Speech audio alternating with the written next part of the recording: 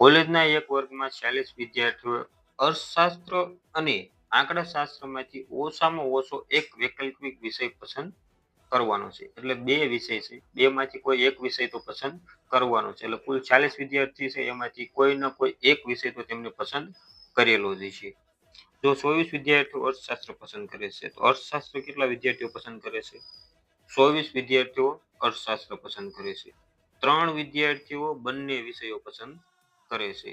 તો કેટલા વિદ્યાર્થીઓ માત્ર આંકડાશાસ્ત્ર પસંદ કર્યું છે?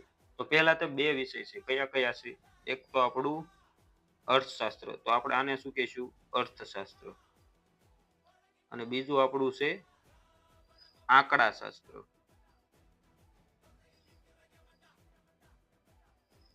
બે વિષય થઈ ગયા, અર્થશાસ્ત્ર અને આંકડાશાસ્ત્ર.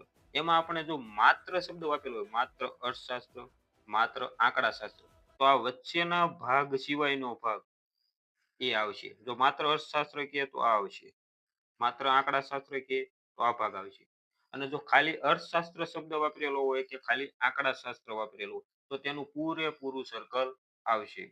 જેમાં આપણને 24 વિદ્યાર્થીઓ શું કીધું છે? અર્થશાસ્ત્ર પસંદ કરે છે. તો આ પૂરેપૂરું સર્કલમાં કેટલા વિદ્યાર્થી આવશે? 24 વિદ્યાર્થી આવશે.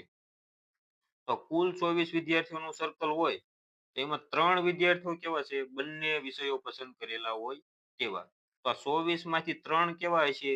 જેને અર્થશાસ્ત્ર પણ પસંદ કરેલું હોય છે અને આંકડાશાસ્ત્ર પણ પસંદ કરેલું હોય છે. તો 3 ક્યાં આવશે? આપણે બંને વિષયો પસંદ કરેલા હોય તે. અને હવે 24 વિદ્યાર્થીઓ છે એમાંથી 3 નીકળી ગયા તો વધ્યા કેટલા? 21. તો 21 વિદ્યાર્થી એવા હશે જેમને માત્ર શું કરેલું હોય છે? માત્ર અર્થશાસ્ત્ર પસંદ કરેલું હશે. તો હવે આપણો પ્રશ્ન શું છે કે માત્ર આંકડાશાસ્ત્ર કેટલા વિદ્યાર્થીઓ પસંદ કરેલું હશે? તો અહીંયા બાકી રહેલું રહ્યું માત્ર અર્થશાસ્ત્ર કેટલા વિદ્યાર્થીઓ પસંદ કરેલું છે તે મેળવવાનું. કુલ કેટલા વિદ્યાર્થી છે? 40 વિદ્યાર્થી છે. કુલ કેટલા છે? 40. 40 માંથી આપણે કેટલા બાદ કરીશું? 21. અને બંને વિષય પસંદ કરેલા કેટલા છે? 3. તો 40 માંથી કુલ કેટલા બાદ કરવાના થશે? 24. 40 માંથી 24 બાદ કરીશું તો આપણને કેટલા મળશે? 16. તો 16 વિદ્યાર્થી એવા હશે કે જેમને માત્ર આંકડાશાસ્ત્ર પસંદ કરેલું હશે. કેટલું? આંકડાશાસ્ત્ર પસંદ કરેલું છે. માત્ર 16 વિદ્યાર્થીઓ એવા હશે જેમને આંકડાશાસ્ત્ર પસંદ કરેલું હશે. તો આપણો રાઈટ આન્સર શું થશે? ઓપ્શન નંબર બી, 16 વિદ્યાર્થી.